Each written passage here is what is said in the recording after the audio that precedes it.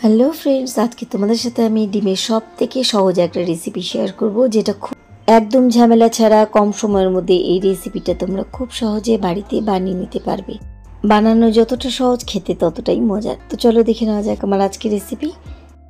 তো এই রেসিপি বানানোর জন্য প্রথমে এখানে আমি নিয়েছি 5টা ডিম, আর আমি সেদ্ধ করে রেখেছি।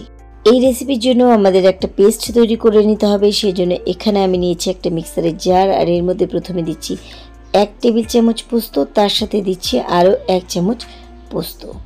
এবার দিচ্ছি সাদা সর্ষে, এখানে দিচ্ছি 2 চামচ। তোমরা সাদা কালো যে কোনো রকমের সর্ষে এখানে নিতে পারো। দিচ্ছি স্বাদ মতন হাফ চামচ নুন, আর দিচ্ছি কয়েকটা কাঁচা লঙ্কা একটু ঝালের জন্য। এবার একটুখানি জল ঢেলে খুব ভালোভাবে একটা মিহি পেস্ট এখানে বানিয়ে নিচ্ছি। এই পোস্ত সর্ষে পেস্ট কিন্তু আমাদের খুব মিহি করে বাটতে হবে। পেস্ট আমাদের একদম রেডি। এবার এই সেদ্ধ ডিমের মধ্যে দিয়ে দিচ্ছি হলুদ গুঁড়ো। ডিম ভাজার সময় যেমন করে আমরা হলুদ নুন মাখাই, ঠিক তেমন করে এই ডিমের গায়ের মধ্যে হলুদ আর নুন ছিটিয়ে ভালোভাবে ডিম আমাদেরকে মাখিয়ে নিতে হবে। ভালোভাবে এবার ডিম হলুদ আর নুনের সাথে একটুখানি মিশিয়ে নিচ্ছি। ভালোভাবে আমি হলুদ গুঁড়ো নুনের সাথে মিশিয়ে নিয়েছি। এবার এখানে নিয়ে নিচ্ছি আমি একটা টিফিন বক্স। তোমরা এখানে ছোট বড় যেমন খুশি টিফিন বক্স নিতে পারো। এবার এর মধ্যে প্রথমে দিয়ে দিচ্ছি দই। অবশ্যই কিন্তু এই রেসিপির জন্য একটু ফ্রেশ দই লাগবে। আমি এখানে 3 চামচ টক দই দিচ্ছি। এবার দিচ্ছি এর মধ্যে পোস্ত সর্ষে কাঁচা লঙ্কা বাটা। সর্ষে পোস্তর বাটাটা কিন্তু আমাদের খুব মিহি করে বেটে নিতে হবে। এবার দিচ্ছি জার ধোয়া সামান্য পরিমাণে জল।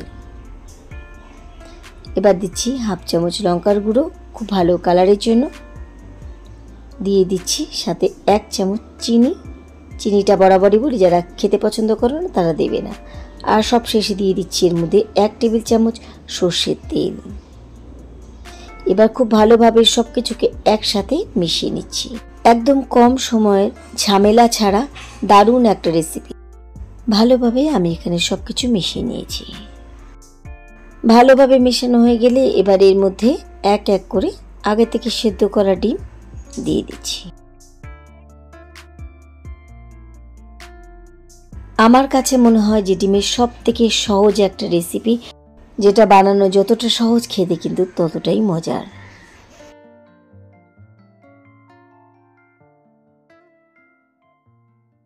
ডিমগুলো টিফিন বক্সে বসানো হয়ে গেলে এবার এর মধ্যে দিয়ে দিচ্ছি আরও কয়েকটা কাঁচা লঙ্কা।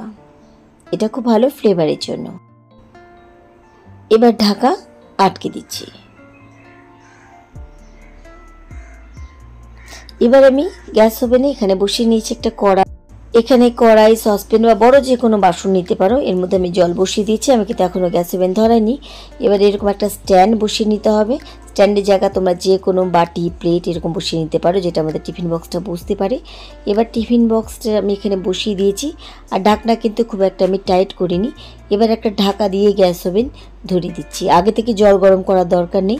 এবার ফ্লেম বাড়িয়ে দিয়ে ঠিক 5 মিনিট ফোটালেই কিন্তু আমাদের আজকে রেসিপি তৈরি। তো আমি এখানে কিন্তু 5 মিনিট ফুটিয়ে নিয়ে গ্যাস ওভেন বন্ধ করে দিয়েছি। এর মধ্যে কিন্তু আমাদের রেসিপি একদম রেডি হয়ে যাবে। 5 মিনিটের বেশি কিন্তু ভাপাতে লাগে না।